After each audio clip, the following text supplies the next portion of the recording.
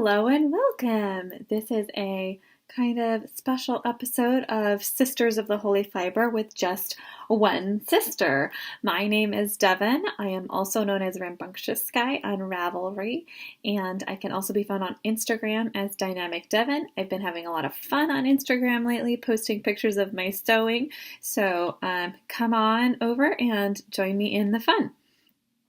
So thanks for stopping by today. My sister isn't available, but I thought I would just upload a little video, give you a little update about where I am with some of my projects and my crafting, and then hopefully we can have another regular episode of Sisters of the Holy Fiber next week. So today I just want to get started by welcoming everyone. So hello to all of our returning viewers, and a big hello to anybody who's trying this episode out for the first time, or for our podcast out for the first time.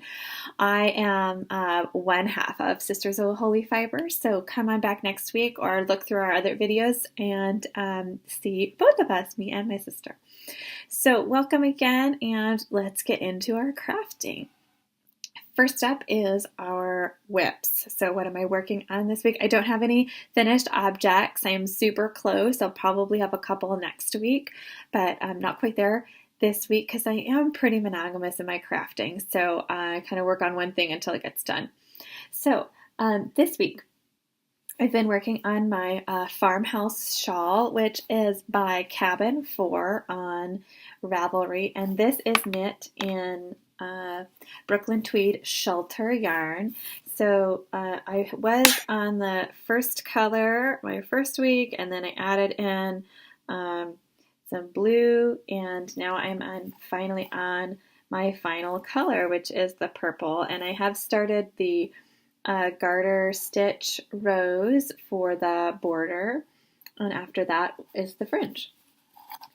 I am knitting these on my Knitpicks Interchangeable needles, then size 9, and the pattern's pretty straightforward, and it's a really fun knit. It is knitting up so fast. I'm used to knitting shawls on much smaller needles with fingering weight yarn, and knitting worsted weight yarn. It's just like flying.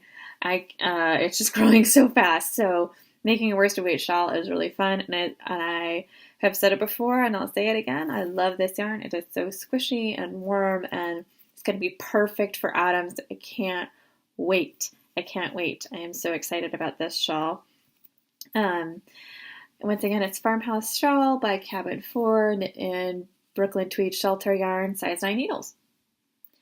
So I keep doing this with it, kind of like trying to imagine what it'll look like, but it's all crammed on the needles right now, and I just think it's going to be so squishy and fun. So I can't wait to get it off the needles, unblocked, and ready to go for fall. My other, so that is my main knitting works in progress. I am pretty low on knitting works in progress right now that I'm actively working on. I have a couple of sweaters that are in languishing states, and I am, though, going to cast on socks very soon, probably within this week. So the first, and I even got the needles. My needles are attached to the yarn already. I really want to make Hermione's Everyday Socks. It's a free pattern by, Erica Luder on Ravelry, and it's a really easy purl stitch pattern, but I think it's going to look really nice in this woolen vine yarn. This is one of her one-off colorways, and I really, really like it. So once again, this is woolen vine yarns, and I'm really looking forward to casting this on. Probably going to cast them on tonight, so that'll be exciting. The other thing that I wanted to talk about when my sister isn't here is something I'm going to make for her, so I'm really excited I get to share it with you. So these are the two yarns that I'm going to be using. I'm probably going to wait till October to cast these on, just to give myself a little bit of space between casting things on. So I'm going to get started on those other socks before I start these, because these are going to be color work. So I want to do some swatches and just make sure I like them. But I'm going to make the Basilisk Socks, and they are by Ingrid Carre. I'm not sure. I'm probably not saying the name right. On Ravelry, the Basilisk Socks. So they have a colorwork snake pattern a la Slytherin house, and my dear Slytherin sister I think will adore these socks, and I'm really excited to do some color work again. I haven't done color work in a while, and I really enjoy doing color work. I also heard a really great tip for making your colorwork socks inside out. You still knit them the same way, but they're essentially, when you knit them inside out, the floats are on the outside so they don't end up getting too tight. So I'm going to try that tip and see how it goes, and hopefully it will help make the floats not too tight. I have knit colorwork socks before. It took me forever, so I'm not entirely sure when these will be done.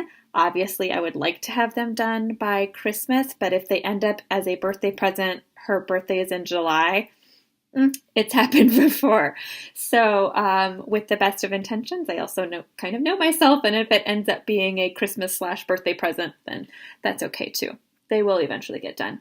This is Once Upon a Corgi yarn, hand-dyed colorways.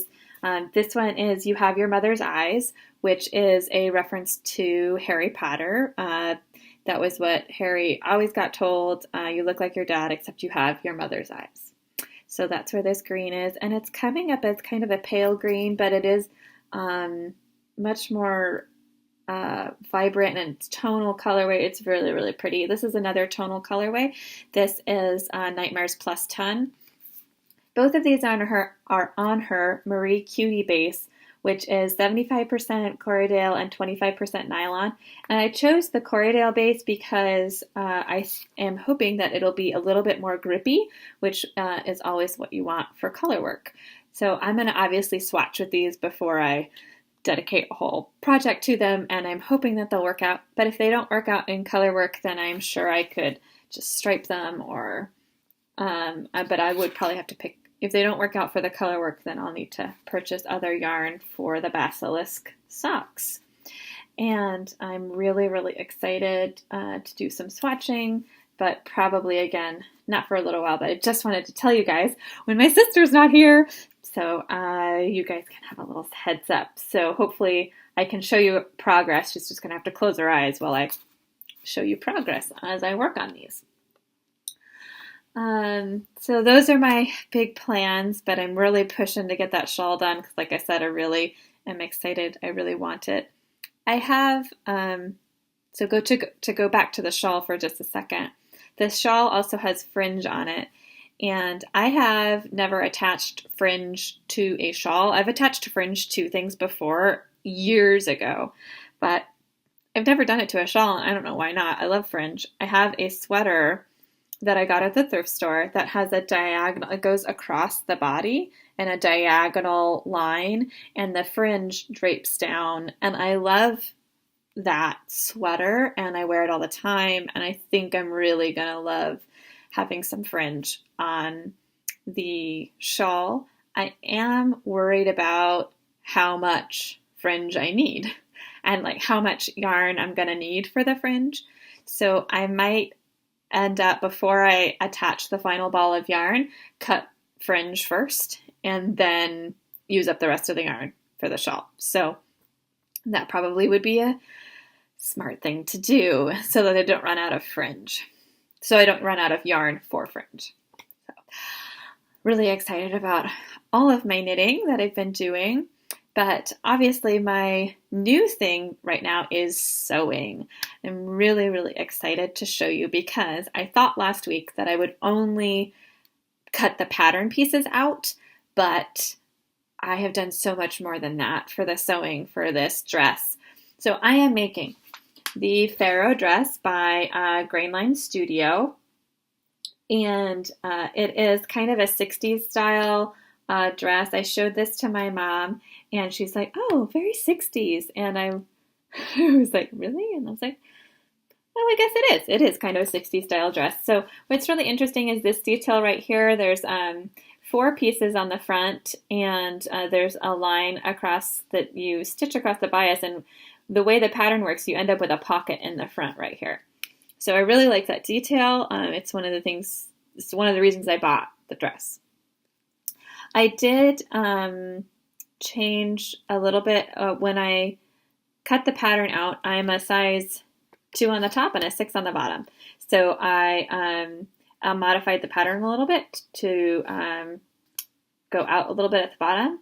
And I think I might not have needed to do it as much as I did. So we'll see how it goes with the pattern. But let me show you what I have so far. I've done a lot more than I thought I would. I actually have a dress. So I obviously cut out all the pieces, and I did I sewed the front bodice to the front skirt on both sides, which did the pockets. I did the back side, so the back bodice to the back skirt has been sewn, and obviously the seams have been sewn. I also cut out all of the pieces for the facings. I had ironed on the inner facing for the facings, and I attached so the shoulder facings have been sewn in. So the last things that I need to do for the dress are to sew the collar facing. So I haven't sewn the collar facing in, so that needs to be sewn. I need to hem it, and I need to add a hook and eye closure to the back. But I'm really happy with it. I've learned a lot. I'm going to talk about what I learned in just a second, but here is it. My favorite part on the front are the pockets. So you can't really see from here on the front. You just suddenly there's a pocket right there, and I love that detail. I think it's so fun. If I make this pattern again, I think it would be really fun to make each of these panels a different color. So like a hot neon yellow and pink and green and blue. I don't know. I think it'd be really fun to make like a pop art kind of dress with this. I think it'd be really fun. So, and that would be totally me. I love wearing bright colors, and teaching young children, they love that as well. What did I learn? So the first seam I sewed, the first seam that I did was putting the back 2 pieces together, sewing this seam, and I attached it wrong. So the very first seam I did, I'd rip out. And so that's always fun when you have to rip out something that you just did. And so of course. But so that was a mistake that I did that I had to take out. Also, I didn't notice when I was cutting the shoulder out. I did try to find all of the markings to clip. There are little places where you need to clip so that you can match sides and things. And I didn't notice the shoulder ones. So neither my facings nor the front shoulder pieces, they didn't have clips. So I had to kind of guess where things went because I didn't quite know, but it came out. So I'm okay with that. Another mistake I did was, I originally, when I sewed the facing to the dress, I sewed the wrong side to the right side, or my wrong side and my right side were together. So that's incorrect. It didn't work. So I had to, and I did it on both sides. And I had already sewn it, and then I graded the seam, and then I clipped it, and then I noticed. So I had to rip out both shoulder facings, turn it the correct side, right side to right side, and re-sew it. So the facings are not perfect. They already were not quite right anyway, but I think it's going to be fine. When I wear the dress, it's going to be fine. It was a learning process. I also learned one of the other mistakes that I made was after I washed my fabric, I ironed it, but I ironed it with steam, and I think it made the fabric a little bit, because steam will press, one of the reasons you use steam is so that you can manipulate the fabric to go the way you want it to. Well, I think it made the fabric go out of alignment in a couple of places. And it's fine on this dress, but I think in the future, I learned something. If I don't need to use steam, then I shouldn't when I'm working with cotton. I'm just looking at my show notes here. What else did I do wrong? I think that's what I learned. So I'm really happy with it. Oh, that's what I wanted to share. My sewing machine is a really basic Kenmore, probably $100 sewing machine. And it's fine. It's working. I can make a dress with it. But I am starting to learn where a different machine, something that's a little bit more higher end, might be able to do some of the things that I want a little bit better. For example, I wanted to finish this seam right here because this seam this back part of the dress never gets sewn down anywhere. The facing gets sewn on here, but nothing ever happens to this particular seam. So I wanted to finish the seam. So I did a zigzag stitch, and I practiced on a piece of cloth first, and I could not, my machine, if I went too far to the edge, it just ate the edge. And so that might be partly my skill, but I also think it's partly my machine. It's just not, there's just some things that it's not going to do as well. Am I able to do a zigzag? Yes. Is it as close to the edge as I would like? No. So, but I don't really know what I'm doing either. So it's fine.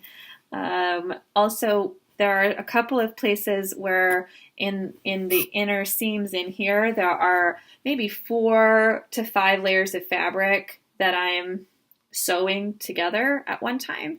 And my machine was having a little bit of a hard time doing that just because it's not as strong of a machine. So this is really what I wanted to learn, making a dress with my machine, because now when I go and try out machines, I know what I'm looking for. Whereas before, if I had tried machines, I'd been like, yeah, this works great. I don't know. I don't know what I wouldn't know what to look for. I wouldn't know what to try. And now I know some things that I would want to try with a machine. Try a zigzag stitch on the edge. Try, can it handle going through 4 layers of fabric at once? So I'm really happy with the fabric. I love this fabric. I'm going to be really excited to wear this as a dress. And I can't wait for it to be done. And it's really going to be close. I've loved sewing on it. It's been really, I've just did a little bit every day, and suddenly I almost have a dress. And I really love that I almost have it. I really like that I'm making my own clothes. It's really inspirational when I see other YouTube podcasters share the things that they've made and that they're making a wardrobe that is very personal to them, that is all handmade. I love that. I would love to have a more handmade wardrobe. One of the things that will help me get there is something I got for my birthday. So I'm going to move on to books now. Take a look. It's in a book. And I asked for this book before I started this sewing project for my birthday. My mom always asks me for a list for my birthday. And so I always just send a list, and, I kind of try and give a variety of things. But because I was kind of thinking about sewing, I'd heard about a really good book, both from my sister and from other YouTubers. I'd heard this book was really good. And it's called Gertie's New Book for Better Sewing. And I just heard really, really good things about it, that she is very comprehensive. The book is pretty comprehensive. Her explanations are great. And, you know, she has a lot of vintage styling. And so this book has patterns in it. So half of the book is kind of how-to, and half of the book is patterns. I got the book mostly for the how-to. For example, when I was looking up how to finish seams, this pattern says if you want to finish your seams, do it at this point, and then it goes on. You know, the pattern doesn't tell you how to finish your seams. You need to know how to do that. And it's not going to tell you how, because there's like a lot of different ways that you can finish your seams, and you need to choose what's best for your fabric and what's best for your time and what you want in your garment. And this book goes over how to finish your seams, various different ways to finish your seams. Why you might want to use one over the other. And I found that really helpful. So I'm really looking forward to using it. This book has a lot of information in it that I don't even know what it means. And so a lot of room to grow with this. And the patterns I am probably not going to use very much, because I'm not into... I'm just not a vintage kind of dress person, but maybe I might turn into one. I don't know. But I am looking to make some more blouses. I think that would be an easy place to start to kind of redo my wardrobe, is to make my own shirts. And so there are a couple of shirts in here that she has. So this is one that I'm thinking about doing. Obviously, I already have the pattern in it, because the patterns come with the book. So there's a nice hefty packet of patterns that come with the book. So that's the portrait blouse. And the other one that she has in here that I am thinking about, maybe it's the other way, because of course it would be, there's also a keyhole shirt that I am thinking about making. So those are sewing things that I might get to in the future. One of the things that's going to be hard for me about sewing is I don't have a good fabric store close to me that carries clothing fabric. I have a really good quilting store with a lot of quilting fabric, which is where I got the interfacing when I needed interfacing. But they just carry quilting cotton. They don't carry clothing fabrics. So there is another store that I talked about a couple weeks ago called Cattywampus Crafts. That's about 50 minutes away from me. They have clothing fabric, but it is a limited selection. So if I was looking for a certain kind of fabric, then I'm probably going to need to buy it online. And I'm just not sure where I want to do that yet, what kind of businesses I want to support. So that's something that is kind of holding me back, but I'm still working on a dress pattern, so I'm not being held too far back. So, but it's something I've been thinking about, and I think I talked about it with my sister last time. So, okay, that's it for me today. Sorry that my sister couldn't be with us today. Check back next week for a regular podcast. And if you like this video, please hit the thumbs up. It helps other people find it. And if you're interested in finding out whenever we have a new video, hit that subscribe button and you'll be notified when we have a new video.